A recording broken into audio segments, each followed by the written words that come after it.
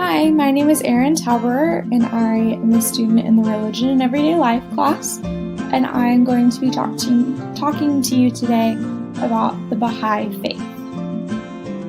The Baha'i Faith has a worldwide impact. The faith is established in more than 100,000 communities in virtually every country and territory, including Africa, the Americas, Australasia, which includes the islands off the continent, Asia, and Europe. The faith is not limited by ethnic groups and includes people of all races and backgrounds. I think that the key themes of this religious tradition are the life of the Spirit, God and His creation, essential relationships, and universal peace.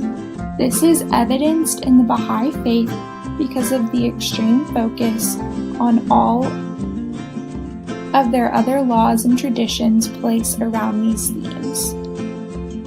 In thousands of locations around the world, the teachings of the Baha'i faith inspire individuals and communities as they work to improve their own lives and contribute to the advancement of civilization. Baha'i beliefs address such essential themes as the oneness of God and religion, the oneness of humanity and the freedom from prejudice, the inherent nobility of the human being, the progressive revelation of religious truth, the development of spiritual qualities, the integration of worship and service, the fundamental equality of the sexes, the harmony between religion and science, the centrality of justice to all human endeavors, the importance of education, and the dynamics of the relationships that they are bind together individuals, communities, and institutions as humanity advances towards its collective maturity. Since its inauguration to public worship and visits in December of 1986, the Baha'i House of Worship in New Delhi, India has drawn to its portals more than 70 million visitors, making it one of the most visited edifices in the world. On an average, 8,000 to 10,000 people visit the Baha'i House of Worship each day. These visitors have admired its universal design in the form of a lotus and have been fascinated by the teachings of the Baha'i faith, especially its tenets of the oneness of God, the oneness of religions, and the oneness of mankind. This Baha'i House of Worship of the Indian subcontinent joins 6 other Baha'i houses of worship around the world: Apai in Western Samoa, Sydney, Australia, Kampala in Uganda, Panama City, Panama, Frankfurt, Germany, Wilmette, USA. Each of these houses of worship, while sharing some basic design concept, has its own distinct cultural identity, embodying the principle of unity in diversity. Baha'u'llah, considered the divine educator, authored thousands of letters, tablets, and books that have compiled would constitute more than 100 volumes.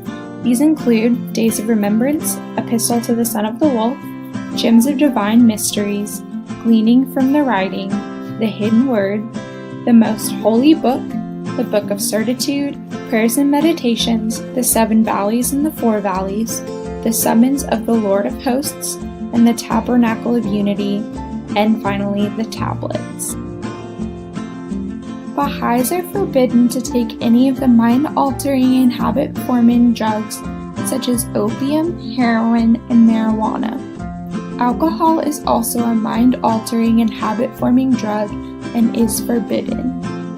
The smoking of tobacco is strongly discouraged as a filthy and unhealthy habit, but is not forbidden like the other drugs or alcohol.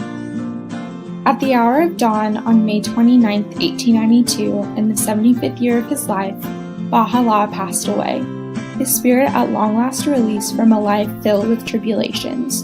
The news of his passing was conveyed to the Ottoman Sultan, who was advised of the intention of interring Baha'u'llah's remains within the precincts of the mansion of Baha'i, where he spent the last 13 years of his life. The shrine of Baha'u'llah became the point of devotion on earth for Baha'is, the spot towards which they turn each day in prayer. Today, the shrine consists of a light-filled central room, striking in its simplicity and beauty. A garden stands in the middle of the room, which is surrounded by smaller rooms. In one corner of the central room is the chamber where Baha'u'llah's remains are laid to rest. The Baha'is celebrate a number of festivals that commemorate particular sacred events. These festivals are what many of us would refer to as holidays. Their first festival is the beginning of their new year, which is March 21st and is referred to as Nowruz. The next is Ridvan, which begins April 21st and lasts about 2 weeks. May 23rd celebrates the declaration of Bab's mission. May 29th, the Baha'is mourn the passing of Baha'u'llah. On July 9th, they celebrate the martyrdom of the Bab. On October 20th, they celebrate the birth of the Bab. And on November 12th, they celebrate the birth of Baha'u'llah. The Bab is the herald of the Baha'i faith. In the middle of the 19th century, he announced that he was the bearer of a message destined to transform humanity's spiritual life. His mission was to prepare the way for the coming of a second messenger from God, greater than himself, who would usher in an age of peace and justice.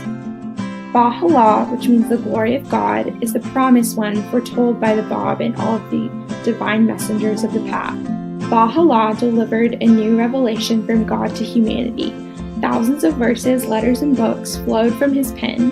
In his writings, he outlined a framework for the development of a global civilization which takes into account both the spiritual and material dimensions of human life.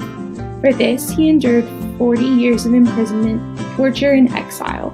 In his will, Baha'u'llah appointed his oldest son, Abdul-Baha, as the authorized interpreter of his teachings and head of.